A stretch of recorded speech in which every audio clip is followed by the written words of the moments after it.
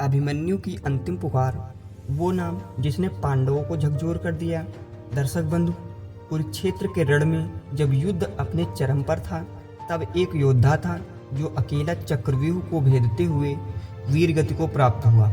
वो था अर्जुन और सुभद्रा का पुत्र अभिमन्यु।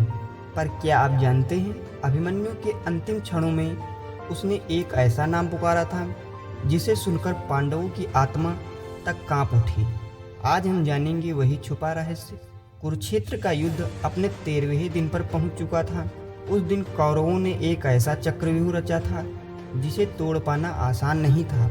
अर्जुन उस समय उत्तर दिशा में युद्धरत थे और अभिमन्यु ने स्वयं प्रयास किया चक्रव्यूह को भेदने के लिए। लेकिन अभिमन्यु को एक ऐसा रहस्य पता था जिसे जानकर कोई भी विचलित हो सकता था। वो जानता था कि अगर वह एक बार अंदर चला गया तो शायद बाहर न निकल पाए। फिर भी धर्म और युद्ध की मर्यादा निभाते हुए वह चक्रव्यूह में घुस गया। साथ थे कुछ पांडव सेनापति युयुत्सु, शिखंडी, धृष्टद्युम्न, लेकिन जयद्रथ ने उन्हें भीतर प्रवेश करने नहीं दिया। अभिमन्यु अकेला था, अकेला चक्रव्यूह के भीतर, जहां दुशासन, कृपाचार्य, कर्ण, अश्वत्थामा और द्रोण जैसे महारथी एक ही योद्धा पर टूट पड़े। जब अभिमन्यु थक चुका था, उसका धनुष टूट चुका था, शरीर से खून बह रहा था, तब भी उसके चेहरे पर डर नहीं था, लेकिन आंखों में एक अधूरी प्यास थी। कहा जाता है जब दुशासन के पुत्र ने उसकी पीठ में गदा मारी, वो जमीन पर गिरा, तो अभिमन्यु ने अपने जीवन की अंतिम सांसों में एक शब्द कहा, उत्तरा। वो नाम जिसने पांडवों को हिला दिया, उत्तरा। पांडवों के कानों में यह नाम जैसे गूंज उठा।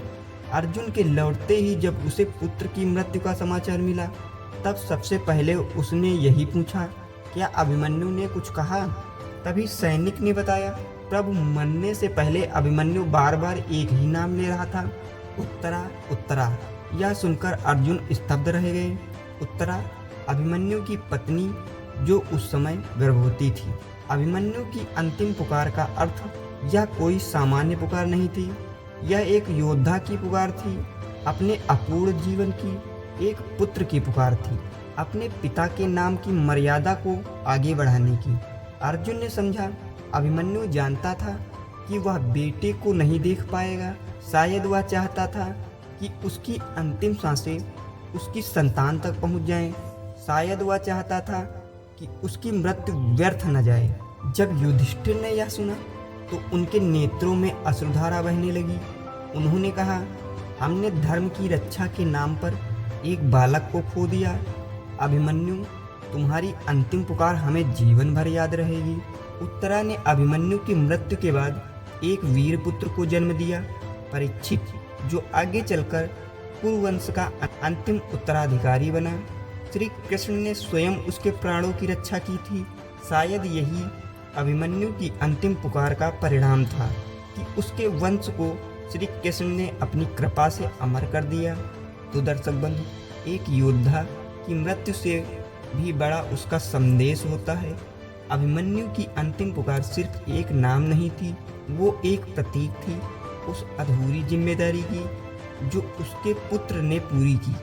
आज भी जब कुरुक्षेत्र की कथा कही जाती है तो अभिमन्यु की वीरता और उसकी अंतिम पुकार हर हृदय को झकझोर कर देती है। तो दर्शक बंधु, क्या आपको यह वीडियो पसंद आया है? वीडियो पसंद आया हो तो कमेंट में ज़रूर अपनी राय बताएं और मिलते हैं अगले वीडियो में। तब तक के लिए राधे राधे।